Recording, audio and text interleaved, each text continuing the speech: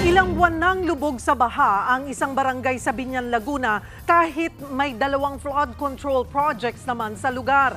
Pero kahit ang LGU, hindi umano alam kung nasaan na ang mga proyektong ito. Nasa frontline ng balitang yan, si Gio Robles. Nagkulay berde na dahil sa lumot ang naipong baha sa Barangay de la Paz sa Biñan, Laguna. Ayon sa barangay, hindi humuhupa ang tubig sa lugar mula pa noong Hulyo.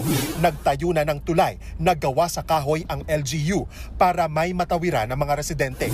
May mga plastic floating walkway rin na nilagay sa ibang eskinita. Talaga pong mahirap. Lagi ko pong sinasabi sa sarili ko na napapagod po ako. Dahil sa baha, bangka na ang pangunahing transportasyon ng mga residente.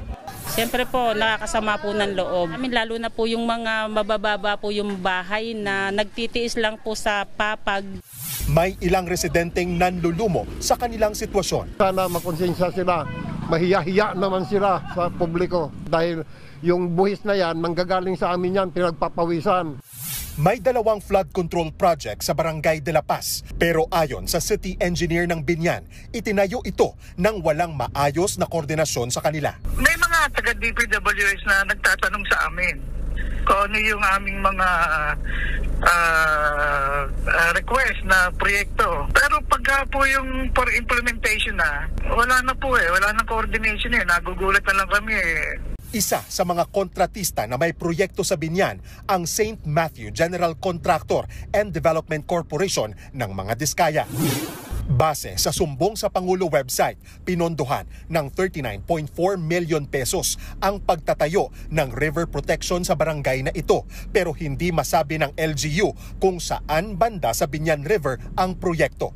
Naabutan namin ang isa pang DPWH project sa Ilog pero hindi matukoy ng LGU ang kontraktor.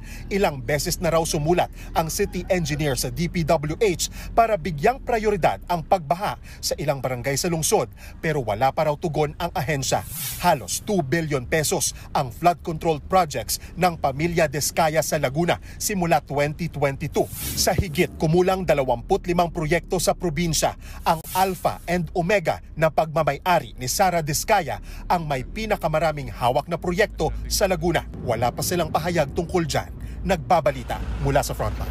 Gio Robles, News 5. Mga kapatid, Cheryl Cosim po. Maging maalam at may pakialam sa mga napapanahong issue at headlines.